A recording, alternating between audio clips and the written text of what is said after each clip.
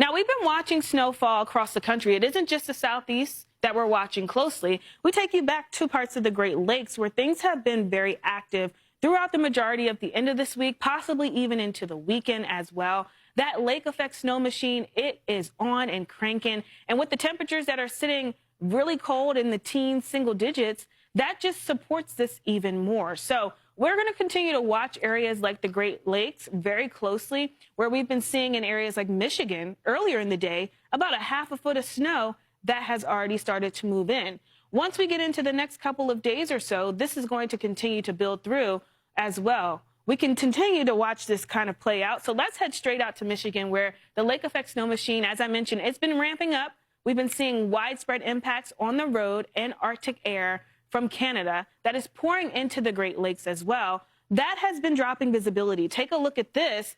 As we're looking at Michigan, we have Robert Ray out there in Benton Harbor, right in that band where he's seeing the conditions. Robert, how are things out there? I know it's pretty brutal.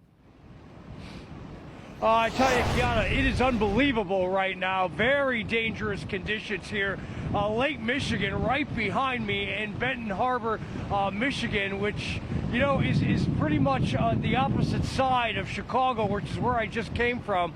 I landed at O'Hare, went through all the delays and the cancellations today, and then made my way across the border, Illinois, into northwest Indiana, and now here, about 2.5 hour drive. Took much longer because of the conditions on the roadways, and I'm going to send some of that video in as soon as we get a chance.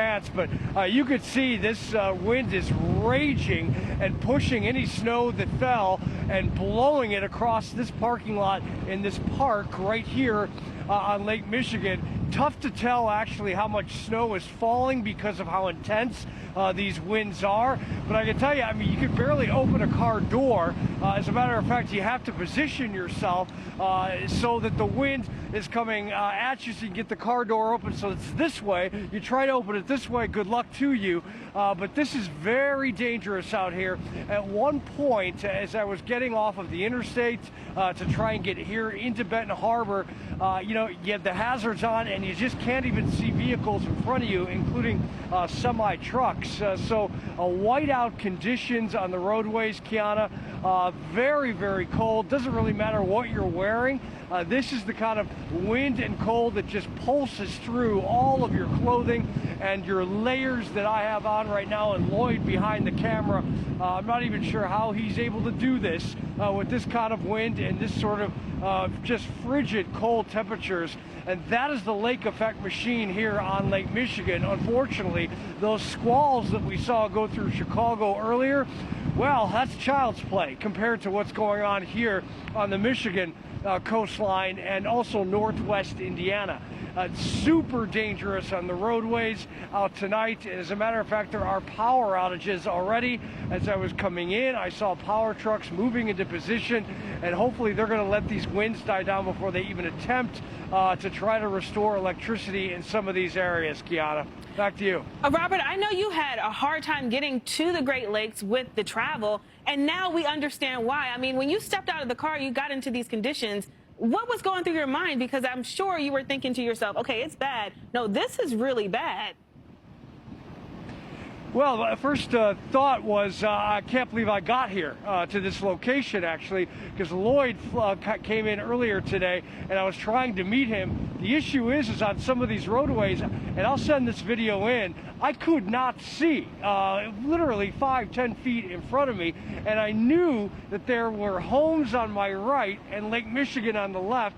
Nonetheless, I could not identify where the roadway was, so I was quite literally going about 1-2 miles per hour, every once in a while stopping and rolling down the window to try to get my bearings straight. And then when I got here, I just could not believe the amount of winds coming off of the lake and roaring. I can't imagine if it was daylight what that looks like out there with the waves just rolling in. And this is going to go on all night, unfortunately, into tomorrow. So this entire area of western Michigan, southwestern Michigan into northwest Indiana, they're in for it. And we know that these roadways become very dangerous in these scenarios. I mean, we've seen jackknife semis in years past. I hope that doesn't happen tonight.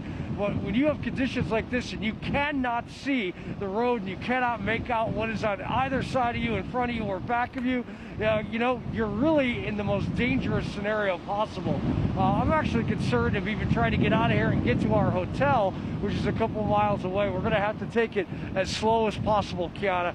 Just tough to really describe what this is like unless you're in it. It is kind of like a hurricane, but with snow. The wind's not as strong as hurricane, but I have to tell you, I would not be surprised, and I don't know, I don't have an anemometer on me because I just arrived, have not had a chance. I would not be surprised if we're getting upwards to 50-mile-an-hour plus wind gusts here off of Lake Michigan. Yeah. I wouldn't be surprised either. I'm not going to lie to you, Robert. When I first looked at this image, I thought this was old video from a hurricane, but no, you were there in the elements in Michigan.